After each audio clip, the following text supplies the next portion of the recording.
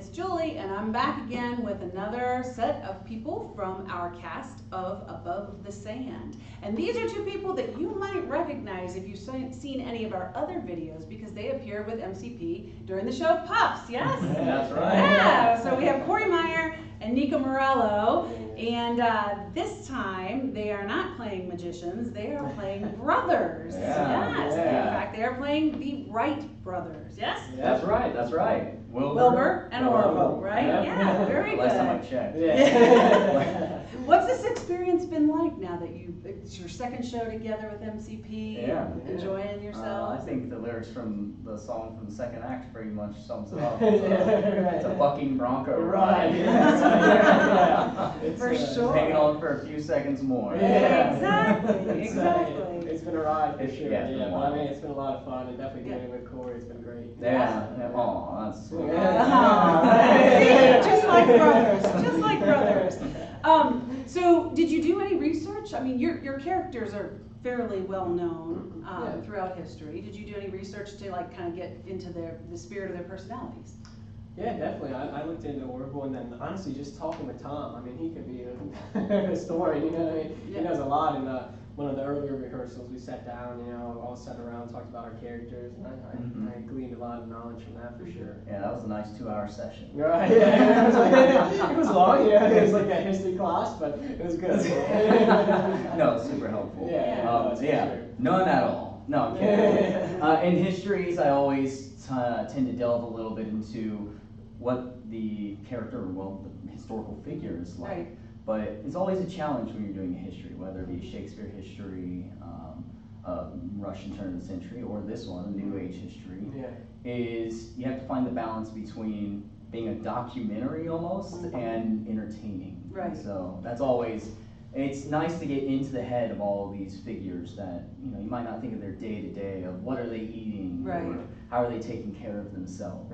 For sure. Yeah, exactly. So in that way, you kind of used a little bit of the history that you have to influence, just kind of influence. What you're doing. So the two biggest things for me, I skimmed Wikipedia and just looked for sources on there, and then I read a lot of the letters that they wrote back and forth to each other to kind of learn about the verbiage of how they spoke, or at least how they wrote. Yeah, everyone speaks the same way that they write, but it's the best that we have to go off. Absolutely, yeah, absolutely. In the show, we have a lot of their letters, and actually, that's one of my favorite parts. It's just fun, reading them. Yeah, their direct words. Yeah, get into their mind. It's neat. It's absolutely, absolutely.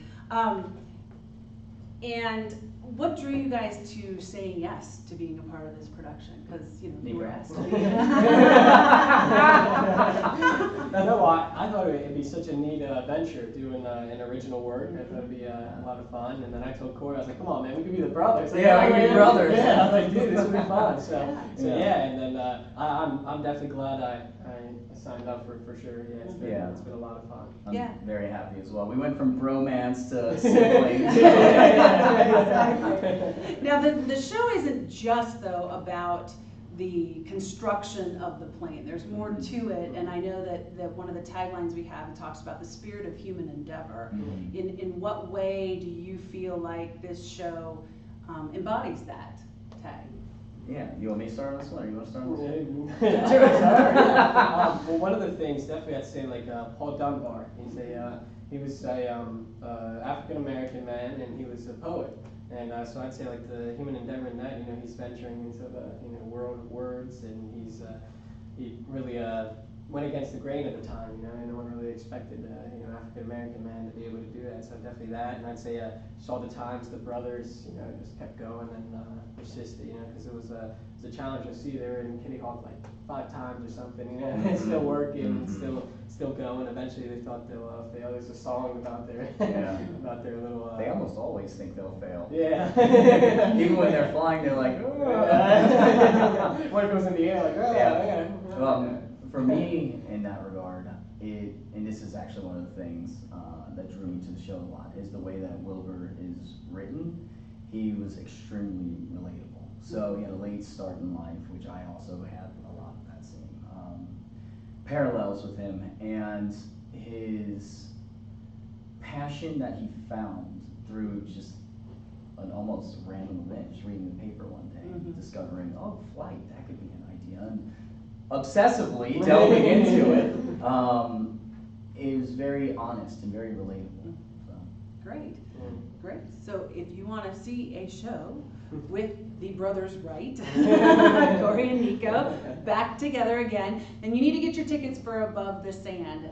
Above the Sand will open July 21st. It'll run the weekend of the 21st and the weekend of the 27th. You can get your tickets at masonplayers.org. See the brothers Wright, see the Wright father and daughter, and all the other people that we've interviewed. Thanks for being with us, and we hope to see you at the show. Come on, guys.